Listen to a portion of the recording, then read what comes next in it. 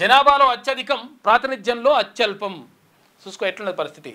జనాభాలో అత్యధికంగా ఎవరున్నారు అంటే బీసీలే ఉంటారు. 62% మంది బీసీలు ఉంటారు ప్రజలు. కానీ పొందుతున్నటువంటి లబ్ధి ఏంది? ఏం లేదు కథ. నాడు రాజరికం, నేడు పేదరికం. ఒకప్పుడు రాజ్యాధిపతులు, ఇప్పుడు రాజ్యాధికారానికి ఆమడ దూరంగా ఉన్నారు. రాష్ట్రంలో ముదిరాజుల జనాభా 35 లక్షల పైనే. కానీ అసెంబ్లీలో ఎమ్మెల్యేల సంఖ్య మాత్రం నామమాత్రమే, ఒకరే ఉన్నట్టున్నారు. జనాభా నిష్పత్తి ప్రకారం ముదిరాజులకు దక్కాల్సిన కనీస శాసనసభ స్థానాల సంఖ్య 12. దక్కుతున్నవి మాత్రం 1 లేదా 2 సీట్లే. ముదిరాజులకు ఢోకా చేసిన ప్రధాన పార్టీలు కొత్త బీసీ పార్టీపైనే ముదిరాజుల ఆశలని చెప్పేసి ముదిరాజులతో పాటు ఇక్కడ యాదవులు, గొల్లలు, కుర్మలు, తర్వాత గౌడులు, మున్నూరు కాపులు, తర్వాత ఇక్కడ ఎవరు పద్మశాలీలు, ఇట్లా సబ్బండ వర్గాలన్నీ కూడా, అంటే ఇక్కడ చాకలి మంగళ, తర్వాత ఇట్లా మొత్తం అన్ని కులాలన్నీ కూడా ఏకమైతే 100% రాజ్యాధికారం కాదు, ఆటోమేటిక్గా సీఎం పీఠం మనదే ఉంటుంది, అక్కడ పిఎం పీఠం మనదే ఉంటుంది. ఎందుకనంటే సంఘటితం కావాల్సిన అవసరం ఉంటుంది. ఎందుకంటే వీళ్ళు కలవకుండా చేస్తారు. ఆ కలవకుండా చేసినటువంటి దాన్ని మనము కలిసేటువంటి ప్రయత్నం చేస్తే 1000% విజయం సాధిస్తారు. విజయం సాధించాలంటే ఏం కావాలంటే జరుగుతున్నటువంటి అన్యాయాన్ని, ఇప్పుడు నీళ్లు, నిధులు, నియామకాలలో మనకు అన్యాయం జరిగింది తెలంగాణకు అని చెప్పేసి అనుకున్నాం కదా. ఇప్పుడు ఇక్కడ జరుగుతున్నటువంటి అన్యాయం ఏదైతే ఉన్నదో, అంటే బీసీలకు జరుగుతున్నటువంటి అన్యాయం ఏముందో దానికి సంబంధించి 100% ఒక అవగాహన వస్తే మాత్రం డెఫినెట్గా ఇది సక్సెస్ అవుతుంది. కాబట్టి అంటే బీసీల పార్టీ ఉంటే బీసీలకు టికెట్లు ఇచ్చుకుంటారు, బీసీలకు గెలుపొందే అవకాశం ఉంటుంది. కాబట్టి బీసీల రాజ్యాధికారం ఈజీగా ఉంటుందని చెప్పేసి భావిస్తూ ఉన్నారు ప్రజలు. ఈ నేపథ్యంలో బీసీ పార్టీ రేపు పుట్టుకొస్తూ ఉంది. రేపు ఉదయం 11 గంటలకు తాజ్ కృష్ణ హోటల్లో రేపు పార్టీ ఆవిర్భావ కార్యక్రమం ఉంటుంది అని ఇందాక తీర్మానంలో చెప్పింది కదా. ఆవిర్భావ కార్యక్రమానికి రావాల్సిందిగా కోరుతా ఉన్నాం బీసీలని. బీసీల్లో అత్యధిక జనాభా ముదిరాజులదే. తెలంగాణలోని అనేక నియోజకవర్గాల్లో ముదిరాజులది అప్పర్ హ్యాండ్. ఒకప్పుడు ముత్తరాశి రాజులుగా, రారాజులుగా, సామంతరాజులుగా వెలుగొందారు. కానీ ఇప్పుడు రాష్ట్రంలో వారి పరిస్థితి అత్యంత దుర్భరంగా సాగుతుంది. రాష్ట్ర జనాభాలో 10 నుంచి 15% ఉన్న ముత్తరాశీలు రాజ్యాధికారంలో మాత్రం వారికి సముచిత ప్రాధాన్యం దక్కకపోవడం శోచనీయం. తెలంగాణలోని అనేక అసెంబ్లీ సెగ్మెంట్లలో ముదిరాజులు అధిక సంఖ్యలో ఉన్నారు. అనేక నియోజకవర్గాల్లో 50,000 నుంచి 1,00,000 వరకు వీరి జనాభానే.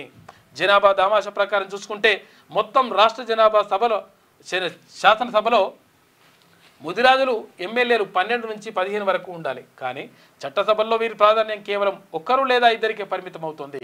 ఫలితంగా రాష్ట్ర జనాభాలో ముత్తరాశీల అత్యధిక ఓటర్లుగా ఉన్నప్పటికీ రాజ్యాధికారం, ప్రభుత్వ పాలనా యంత్రాంగంలో మాత్రం ఈ కమ్యూనిటీ పాత్ర తక్కువే.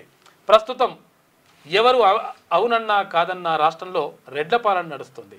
అయితే ముత్తరాశీల జనాభాతో పోల్చినప్పుడు తెలంగాణలో రెడ్ల పాపులేషన్ సగం కూడా ఉండదనేది అంచనా.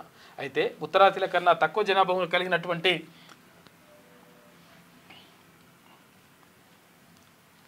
రెడ్లు రాష్ట్ర మంత్రివర్గం నామినేటెడ్ పదవుల్లో తిష్టవేయగా ముదిరాజులకు మాత్రం ప్రభుత్వ పరిపాలనాపరమైన అంశాల్లో భాగస్వామ్యం లేకపోవడం బాధాకరం. తెలంగాణ తొలి మలిదశ ఉద్యమాల్లో ముదిరాజుల త్యాగాలు మరవలేనిది.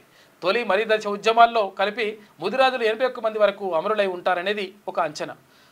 ప్రతి పోరాటంలో ముదిరాజుల పాత్ర మరవలేనిది. కానీ ఇప్పటి వరకు ఉమ్మడి ఏపీ, తెలంగాణలో 16 సార్లు శాసనసభకు ఎన్నికలు జరిగితే 15 నియోజకవర్గాల నుంచి కేవలం 18 మంది మాత్రమే ముదిరాజు అభ్యర్థులు మాత్రమే ఎమ్మెల్యేలుగా ఎన్నిక కావడం అత్యంత శోచనీయం. వాస్తవానికి ముదిరాజుల జనాభా దామాష ప్రకారం ప్రతి టర్మ్ అసెంబ్లీకి కనీసం 8 నుంచి 10 మంది వెళ్లాల్సిందే. ఈ లెక్కన ఇప్పటి వరకు 194 మంది వరకు ముత్తరాశి బిడ్డలు శాసనసభ్యులు అవ్వాల్సిందే. కానీ తెలంగాణలోని అగ్రవర్ణాల ఆధిపత్యం ముందు ముత్తరాశీలు రాజకీయంగా అంతగా రాణించలేని పరిస్థితులు నెలకొన్నాయి.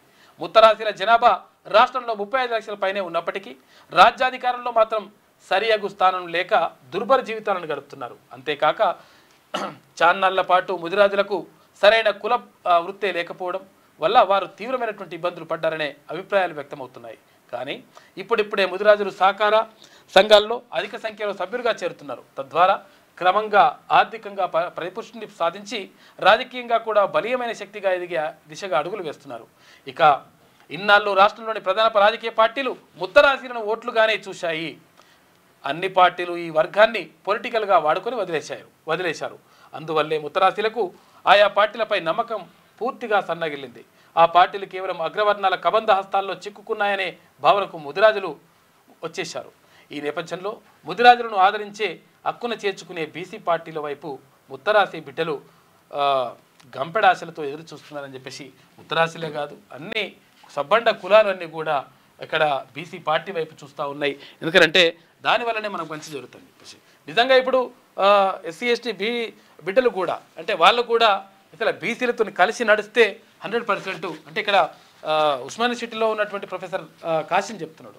అంటే ఇక్కడ దళితులు తర్వాత ఇక్కడ ఆదివాసీ గిరిజన బిడ్డలు మిమ్మల్ని మా భుజాలపైన ఎత్తుకొని మోయడానికి సిద్ధంగా ఉన్నాం, రాజ్యాధికారం వైపు తీసుకెళ్ళడానికి మీరు రెడీగా ఉండండి అని చెప్పేసి అక్కడ ప్రొఫెసర్ కాసిం చెప్తా ఉన్నారు. అంటే మేము రెడీగా ఉన్నాం కలిసి రావడానికి, ఎస్సీ ఎస్టీలందరూ కూడా మేము రెడీగా ఉన్నామని చెప్తా ఉన్నారు.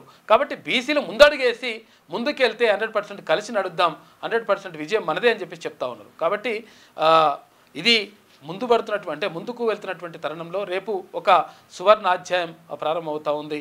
బీసీల పార్టీ రేపు ఆవిర్భావం ఉంటుంది. రేపు ఉదయం 11 గంటలకు తాజ్ కృష్ణ హోటల్లో ఈ కార్యక్రమాన్ని ప్రారంభించుకుంటాం మనం. మీ వ్యాపారం అభివృద్ధి కావాలని కోరుకుంటున్నారా? అయితే వెంటనే కీనోస్ని సంప్రదించండి. Schools, colleges, banks, shops, office promotions, land promotions, political promotions, restaurant promotions, hospital promotions, పుట్టినరోజు వేడుకలు, శుభకార్యాలు, వ్యాపారాలు ఏవైనా, సందర్భం ఏదైనా ఇప్పుడే కీనోస్ ద్వారా తెలియజేయండి. మీ వ్యాపారాన్ని అభివృద్ధి చేసుకోండి.